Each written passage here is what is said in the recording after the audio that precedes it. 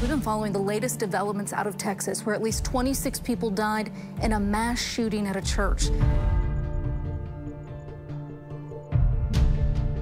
All that keeps going through my head is why, because it doesn't make sense, and I doubt it'll ever make sense. I think he's a coward. Any man that's going to take a gun against women and children is a coward. The shooter had been in that church before. Why would he come back and do this in your town? It's got to be Satan, the devil. You know, if you've got God and good, you've got to have evil to understand good. He had no mercy, did he? No, he had none at all. I can tell you that the scene in there is horrific, is not even a word to describe it. I was at home, and my other daughter-in-law, Leslie, she had called me. They'd heard shots fired by the church. You know, you think, well, it's the country, people shoot guns. I got dressed and got her dressed, and I said, well, let's go up to the by the church and talk to the police officer and see where they're taking people, so we could find Joanna and the girls. There was a social worker at the hospital that was trying to identify people, and she said they found a little 8-year-old that was unidentified, and they were asking me to describe Emily. So I showed him a picture on my phone because I'm a grandma. I always have grand pictures, you know. And he said they did finally identify her by the picture, and she was in surgery, but she was critical. Emily died later that day while they were working on her. You know, you're like, where's their mama? Because these kids, they want their mama. And we kept hoping and hoping. Chris, my son, he went into the church to see if Joanne was in there. He went in there and saw all the bodies and the blood, and you can't imagine. And he's thinking, my family was in this. And like they said, they couldn't show pictures of her. She was so shot up because she had thrown her body over the 3 little ones to try to protect them. So you know, if Rylan got shot and Emily got shot and died and Brooks did, you know that a lot of them had to go through her, the bullets that hit them. She was holding Brooke, which is her baby, the little 5-year-old. They shared the same birthday. She just turned 30 and Brooke just turned 5 in August. And Rylan is really a miracle. 5-year-old shot 5 times. The little 5-year-old. You know, who would do that? What kind of person would do something like that? Actually, it's the Sunday school teacher was a nurse, and she put tourniquets on him, and the doctor told us whoever put the tourniquets on Rylan saved his life. When you look back at what happened, could you ever have imagined this happening in your town? I could never imagine this happening anywhere, in any town. Apparently they have no conscience, nothing. Because I'm just numb.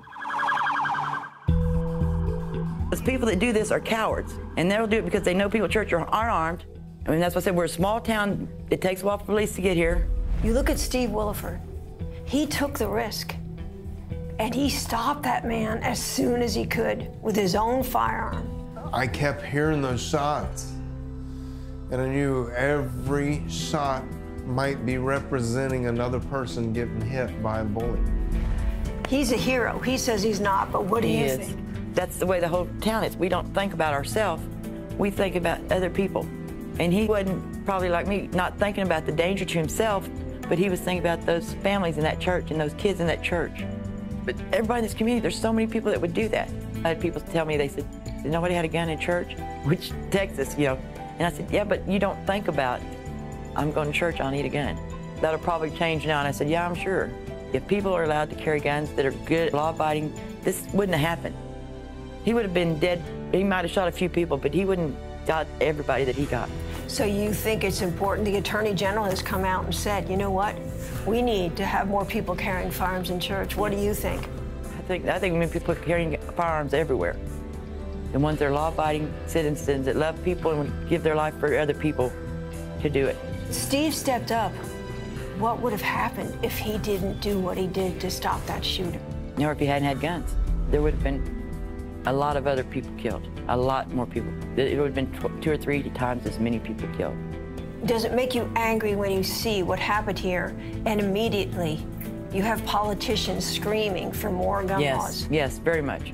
We don't need more gun laws. Good, honest people need guns to protect themselves from the criminals. If there would have been people in that church with a gun, this wouldn't have gone as far as it did. I doubt, seriously, if he knew there were people in that church with a gun, he wouldn't have gone in there. Why can't law-abiding citizens have guns? They're going to take our guns, and the only ones with guns is going to be criminals, because they're going to get them. As tough as it is, you've got to feel proud that as a community, you're sticking together. I know it's a great community, but just the way everybody stepped up, people all over the country, all over the world. It's amazing. I've never seen so much love and outpouring. Going to the vigil, holding hands, that must be very powerful. Yeah. All right, it's because we love each other, we care about each other, and we pull together, and God, that's the main thing. We will come back, and we will stand against the devil. He may have won a battle, but he will not win the war. Don't give up. Look to God. Hold on for those people that died in that church. There's plenty of people to help you. If you need help, don't give up. Stay close to God. Pray and stay close to God.